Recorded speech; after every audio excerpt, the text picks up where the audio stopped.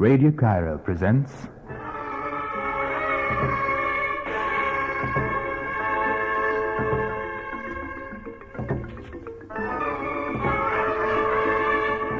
House of Mystrey,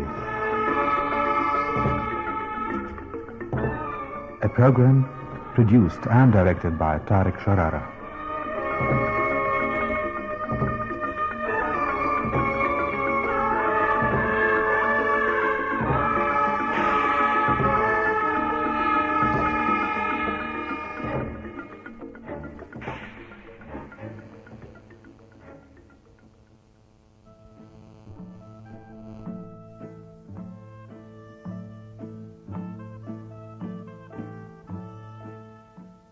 Ramses the Great, Pharaoh of Egypt, had a son called Setna who had learned in all the ancient writings and a magician of note. While the other princes spent their days in hunting or in leading their father's armies to guard the distant parts of his empire, Setna was never so happy as when left alone to study. Not only could he read even the most ancient hieroglyphic writings on the temple walls, but he was a scribe who could write quickly and easily all the many hundreds of signs that go to make up the ancient Egyptian language. Also, he was a magician whom none could surpass, for he had learned his art from the most secret of the ancient writings, which even the priests of Amun-Ra, of Ptah, and Toth could not read.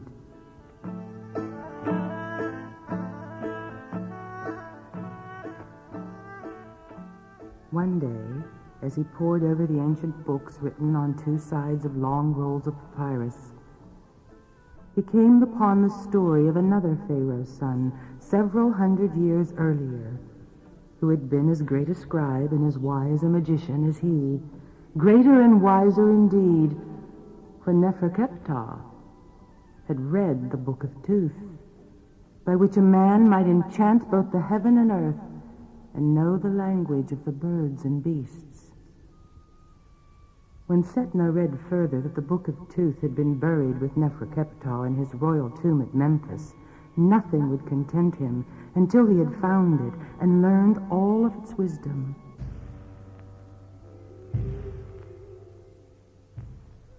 So he sought out his brother Anehu and said to him, "Help me to find the Book of Toth, for without it life has no longer any meaning for me."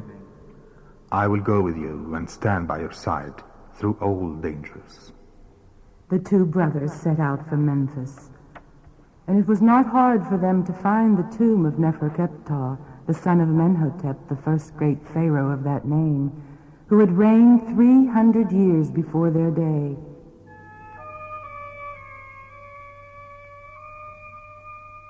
When Setna had made his way into the tomb, to the central chamber where Neferkeptah was laid to rest, he found the body of the prince lying, wrapped in its linen bands, still and awful in death.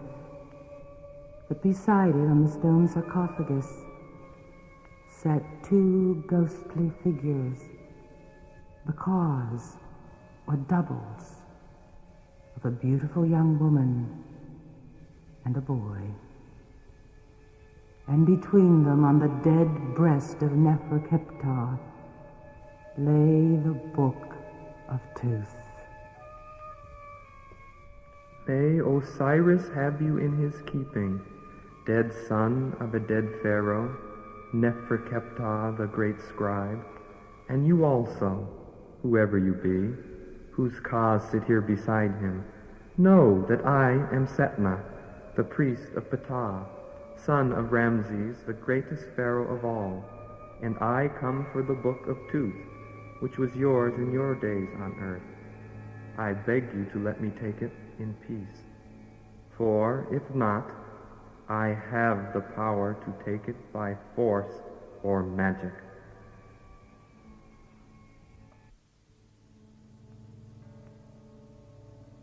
Do not take the Book of Toth, Setna, son of today's Pharaoh.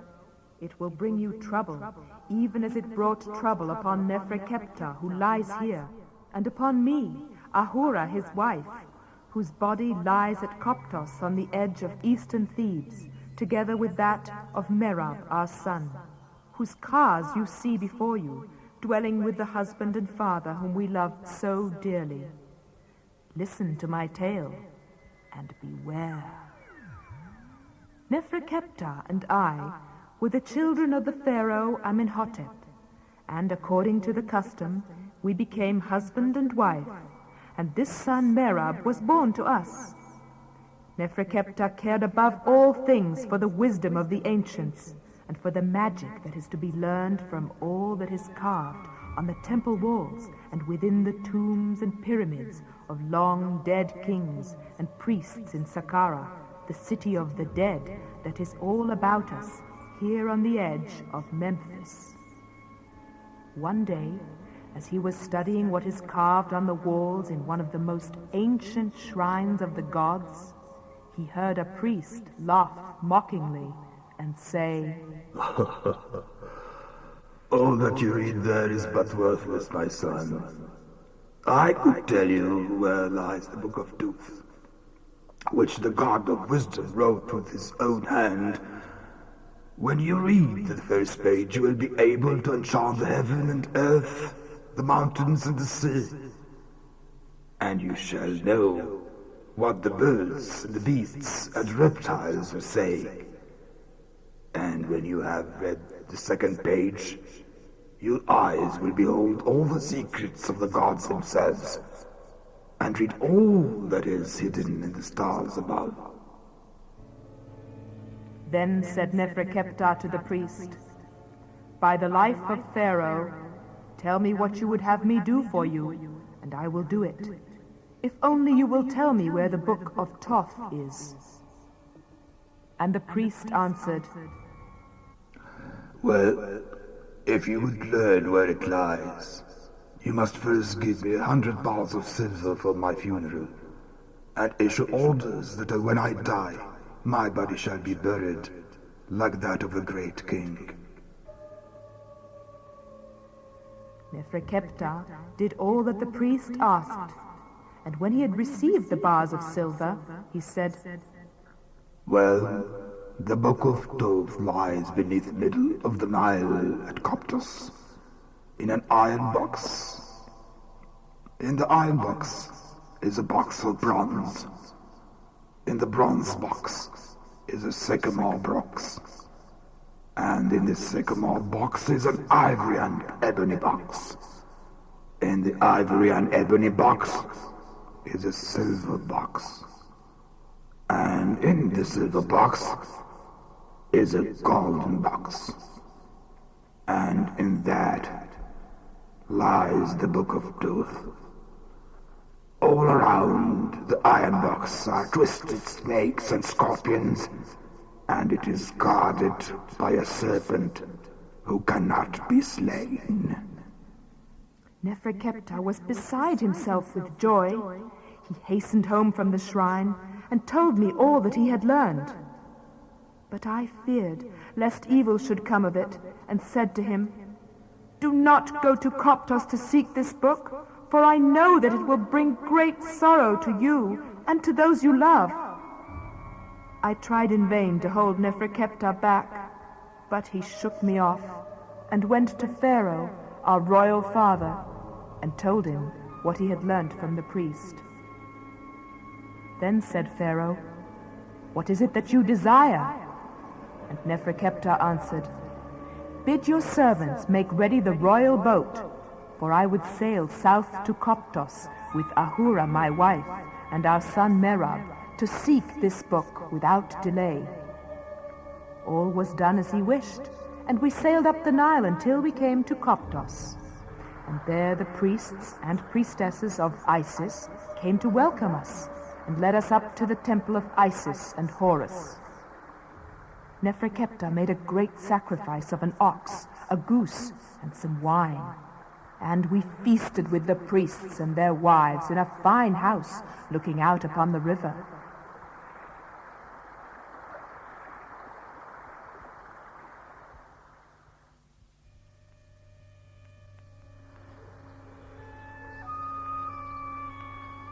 But On the morning of the 5th day, leaving me and Merab to watch from the window of the house, Neferkeptah went down to the river and made a great enchantment.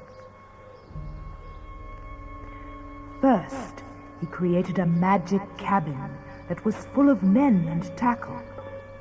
He cast a spell on it, giving life and breath to the men, and he sank the magic cabin into the river. Then he filled the royal boat with sand and put out into the middle of the Nile until he came to the place below which the magic cabin lay. And he spoke words of power and cried, "Workmen, workmen, work for me even where lies the book of Toth."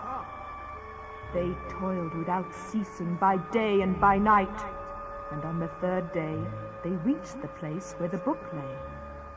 Then Neferkeptah cast out the sand, and they raised the book on it until it stood upon a shoal above the level of the river.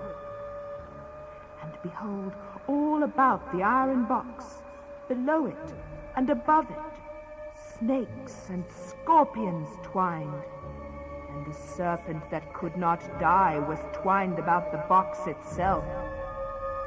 Neferkeptah cried to the snakes and scorpions a loud and terrible cry, and at his words of magic, they became still, nor could one of them move. Then Neferkeptah walked unharmed among the snakes and scorpions until he came to where the serpent that could not die lay curled around the box of iron. The serpent reared itself up for battle, since no charm could work on it, and Neferkeptah drew his sword and, rushing upon it, smote off its head at a single blow. At once the head and the body sprang together, and the serpent that could not die was whole again and ready for the fray. Once more Neferkeptah smote off its head, and this time he cast it far away into the river. But at once the head returned to the body and was joined to the neck, and the serpent that could not die was ready for its next battle. Neferkeptah saw that the serpent could not be slain, but must be overcome by cunning. So, once more, he struck off its head. But before head and body could come together, he put sand on each part, so that when they tried to join, they could not do so, as there was sand between them, and the serpent that could not die lay helpless in 2 pieces.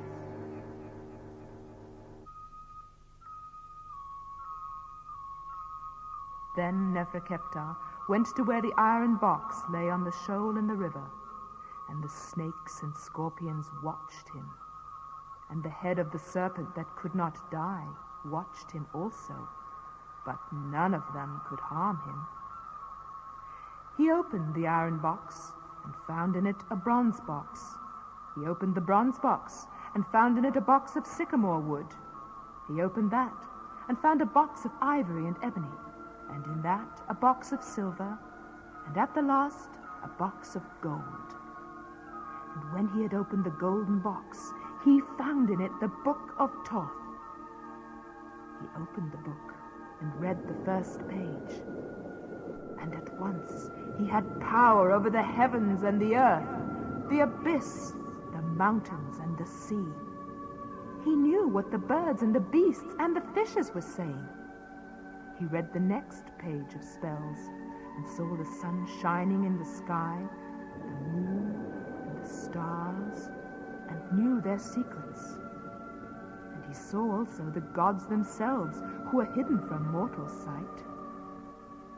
Then, rejoicing that the priest's words had proved true, and the book of Toth was his, he cast a spell upon the magic men, saying, "Workmen, workmen, work for me, and take me back to the place from which I came."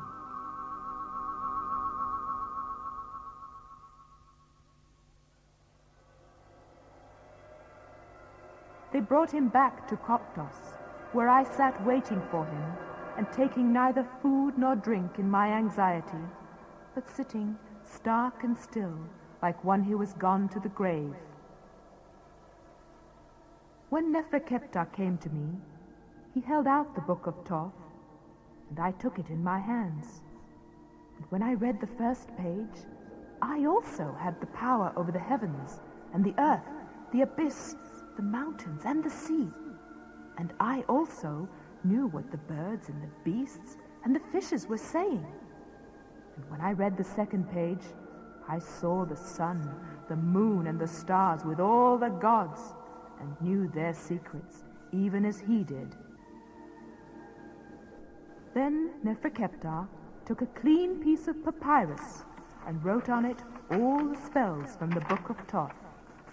He took a cup of beer and washed off the words into it, and drank it, so that the knowledge of the spells entered into his being. But I, who cannot write, do not remember all that is written in the book of Toth, for the spells which I had read in it were many and hard. After this, we entered the royal boat and set sail for Memphis. But scarcely had we begun to move when a sudden power seemed to seize our little boy Merab, so that he was drawn into the river and sank out of sight. Seizing the book of Toth, Neferkeptah read from it the necessary spell. And at once the body of Merab rose to the surface of the river, and we lifted it on board. But not all the magic in the book, nor that of any magician in Egypt, could bring Merab back to life. Nonetheless, Neferkeptah was able to make his Ka speak to us and tell us what had caused his death.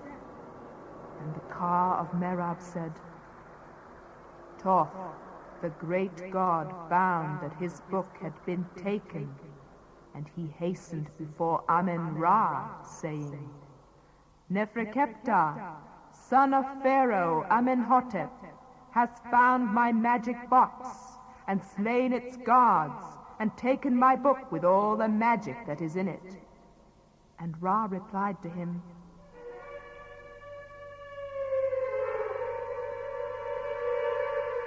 'Deal with Neferkeptah, and all that is his, as it seems good to you. I send out my power to work sorrow, and bring a punishment upon him, and upon his wife and child.' And that power from Ra, passing through the will of Toth, drew me into the river and drowned me.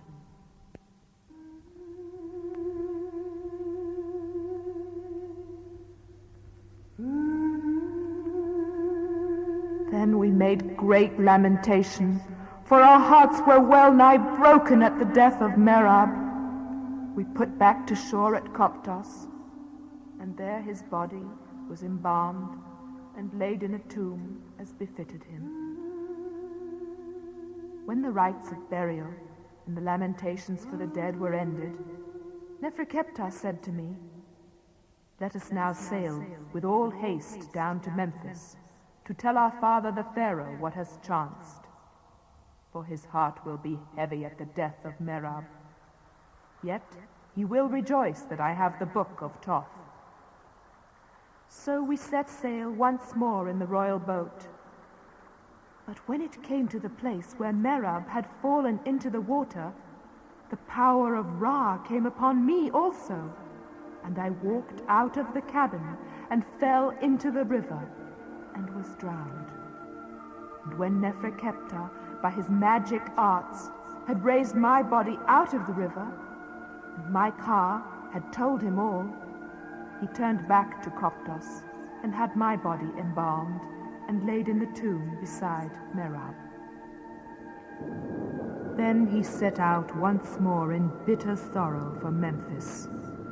But when it reached that city, and Pharaoh came aboard the royal boat, it was to find Neferkeptah lying dead in the cabin, with the book of Toth bound upon his breast. So there was mourning throughout all the land of Egypt, and Neferkeptah was buried with all the rights and honors due to the son of Pharaoh in this tomb where he now lies, and where my car and the car of Merab come to watch over him. And now I have told you all the woe that has befallen us, because we took and read the book of Toth, the book which you ask us to give up. It is not yours. You have no claim to it. Indeed, for the sake of it, we gave up our lives on earth.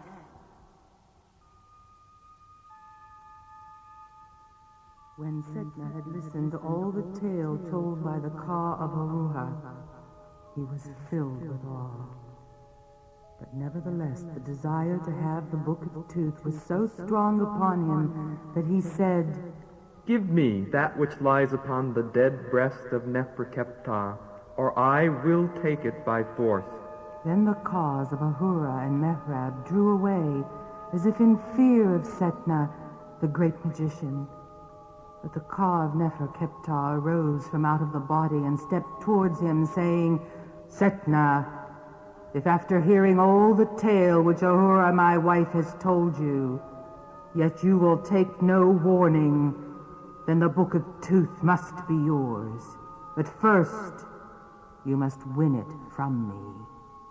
If your skill is great enough, by playing a game of drafts with me, a game of 52 points. Dare you do this? And Setna answered, I am ready to play. So the board was set between them, and the game began.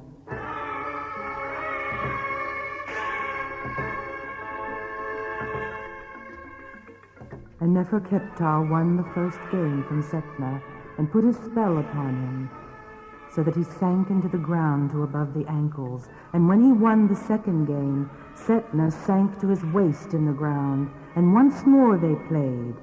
And when Neferkeptah won, Setna sank in the ground until only his head was visible. He cried out to his brother who stood outside the tomb, Anethru, make haste!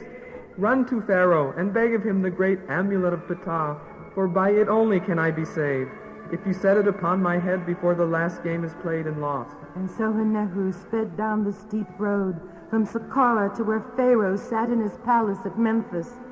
And when he heard all, he hastened to the temple of Ptah, took the great amulet from its place in the sanctuary, and gave it to Nehru, saying, Go with speed, my son, and rescue your brother Setna from this evil contest with the dead.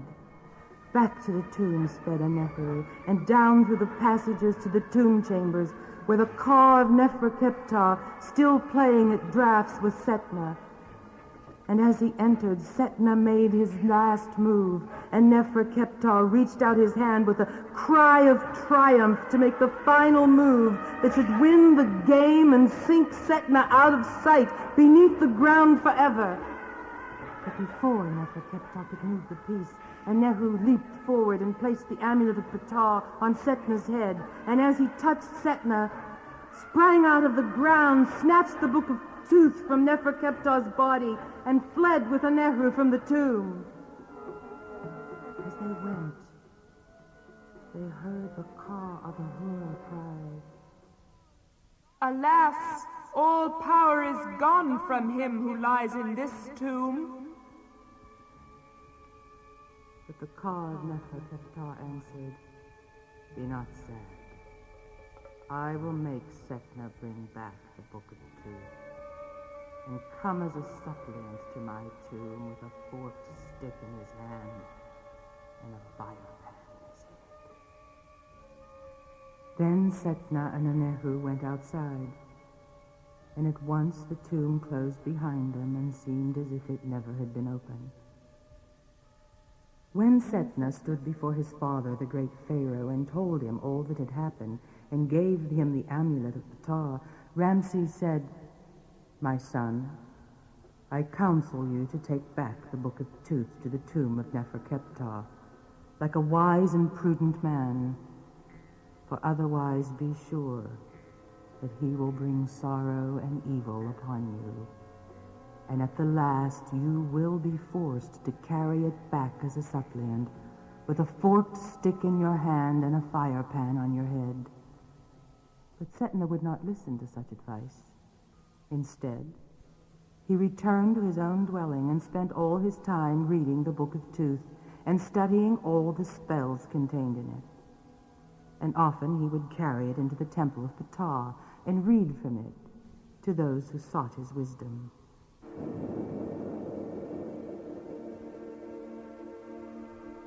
One day, as he sat in the shady colonnade of the temple, he saw a maiden more beautiful than any he had ever seen, entering the temple with 52 girls in attendance on her. Setna gazed, fascinated, at this lovely creature with her golden girdle and headdress of golden-colored jewels, who knelt to make her offerings before the statue of Ptah. He soon learned that she was called Tabubua and was the daughter of the high priest of the cat goddess Bastet, from the city of Bubastis to the north of Memphis. Bastet, who was the bride of the god Ptah of Memphis. As soon as Setna beheld Tabubua, it seemed as if Hathor, the goddess of love, had cast a spell over him. He forgot all else, even the Book of Toth, and desired only to win her. And it did not seem as if his suit would be in vain, for when he sent a message to her, she replied that if he wished to seek her, he was free to do so, provided he came secretly to her.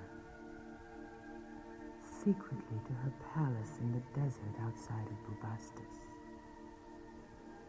Setna made his way thither in haste and found a pylon tower in a great garden with a high wall round about it. There Tabubua welcomed him with sweet words and looks, led him to her chamber in the pylon, and served him with wine in a golden cup. When he spoke to her of his love, she answered, "Be joyful, my sweet lord, for I am destined to be your bride. But remember that I am no common woman, but the child of Bastet the Beautiful, and I cannot endure a rival. So, before we are wed, write me a scroll of divorcement against your present wife, and write also that you give your children to me, to be slain and thrown down to the cats of Bastet. For I cannot endure that they shall live and perhaps plot evil against our children." Be it as you wish. And straightway he took his brush and wrote that Tabubua might cast his wife out to starve and slay his children to feed the sacred cats of Bastet. And when he had done this, she handed him the cup once more and stood before him in all her loveliness, singing a bridal hymn. Presently terrible cries came floating up the high windows of the pylon, the dying cries of his children, for he recognized each voice as it called to him in agony, and then was still.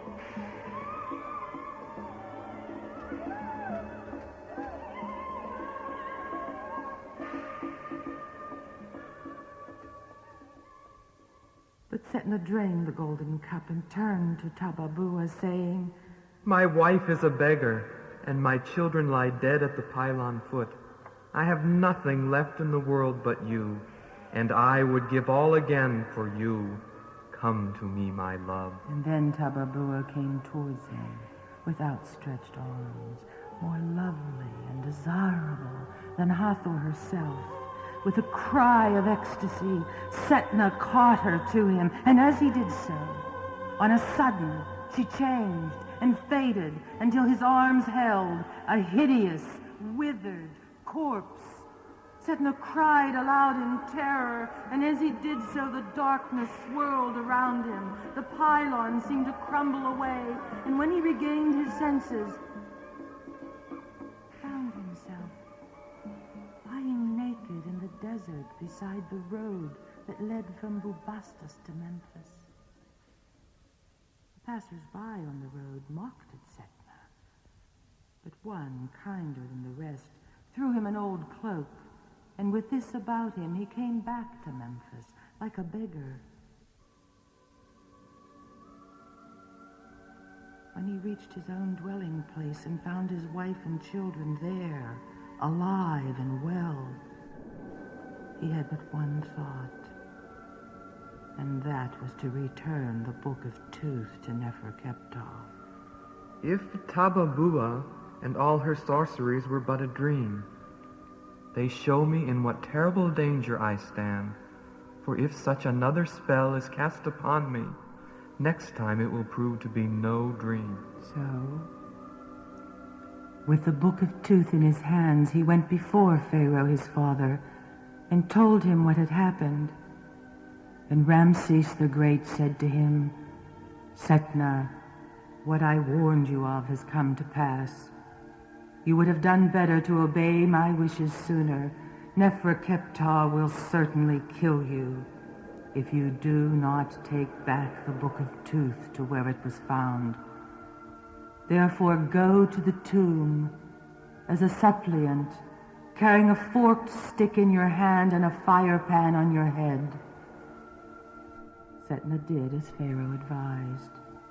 When he came to the tomb and spoke the spell, it opened before him as before, and he went down to the tomb chamber and found Neferkeptah lying in his sarcophagus, with the cause of Aruha and Mehrab sitting on either side. And the Ka of Ahura said, Truly, it is Ptah, the great god, who has saved you and made it possible for you to return here as a suppliant. Then the Ka of Neferkeptah rose from the body and laughed, saying, "I told you you would return as a suppliant, bringing the Book of Toth. Place it now upon my body where it lay these many years, but do not think that you are yet free of my vengeance. Unless you perform that which I bid you, the dream of Tababua will be turned into reality." Then said Setna, bowing low, Neferkeptah, master of magic, tell me what I may do to turn away your just vengeance. If it be such as a man may perform, I will do it for you. "I only ask a little thing," answered the Ka of Neferkeptah.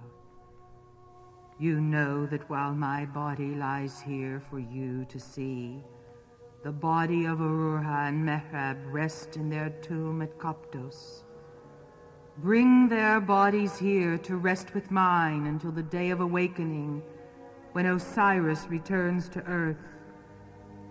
For we love one another and would not be parted." Then Setna went in haste to Pharaoh and begged him for the use of the royal boat, and Pharaoh was pleased to give command that it should sail with Setna to where he would. So Setna voyaged up the Nile to Koptos, and there he made a great sacrifice to Isis and Horus, and begged the priests of the temple to tell him where Ahura and Mehrab lay buried. But though they searched the ancient writings in the temple, they could find no record. Setna was in despair, but he offered a great reward to any who could help him, and presently a very old man came tottering up to the temple and said, "If you are Setna the great scribe, come with me. For when I was a little child, my grandfather's father, who was as old as I am now, told me that when he was even as I was then, his grandfather's father had showed him where Ahura and Mehrab lay buried. For as a young man in the days of Pharaoh Amenhotep I, he had helped to lay them in their tomb. Setna followed eagerly where the old man led him and came to a house at the edge of Koptos. "You must pull down this house and dig beneath it," said the old man. And when Setna had bought the house for a great sum from the scribe who lived in it, he bade the soldiers whom Pharaoh had sent with him level the house with the ground and dig beneath it where it had stood. They did as he bade them, and presently came to a tomb, buried beneath the sand and cut from the rock, and in it lay the bodies of Ahura and Mehrab. When he saw them, the old man raised his arms and cried out, and as he cried, he faded from sight, and Setna knew it was the Ka of Neferkeptah, which had taken on the shape to lead him to the tomb. So he took up the mummies of Ahura and Mehrab and conveyed them with all honor, as if they had been the bodies of a queen and prince of Egypt, down the Nile in the royal boat to Memphis. And there Pharaoh himself led the funeral procession to Saqqara, and Setna placed the bodies of Ahura and Mehrab beside that of Neferkeptah in the secret tomb where lay the Book of Toth. When the funeral procession had left the tomb, Setna spoke a charm, and the wall closed behind him, leaving no trace of a door. Then at Pharaoh's command, they heaped sand over the low stone shrine where the entrance to the tomb was hidden. And before long, a sandstorm turned it into a great mound, and then leveled it out, so that never again could anyone find a trace of the tomb where Neferkeptah lay with Ahura and Mehrab and the Book of Toth, waiting for the day of awakening, when Osiris shall return to rule over the earth.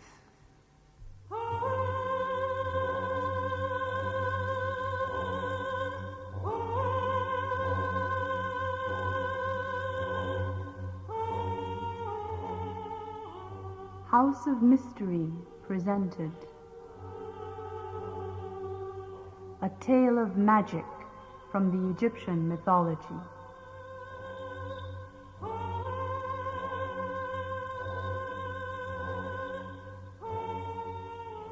Featuring Cassandra Vivian, Krish Sorensen,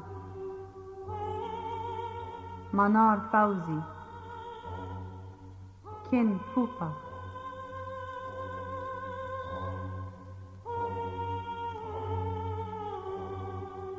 House of Mystery is produced and directed by Tariq Sharara.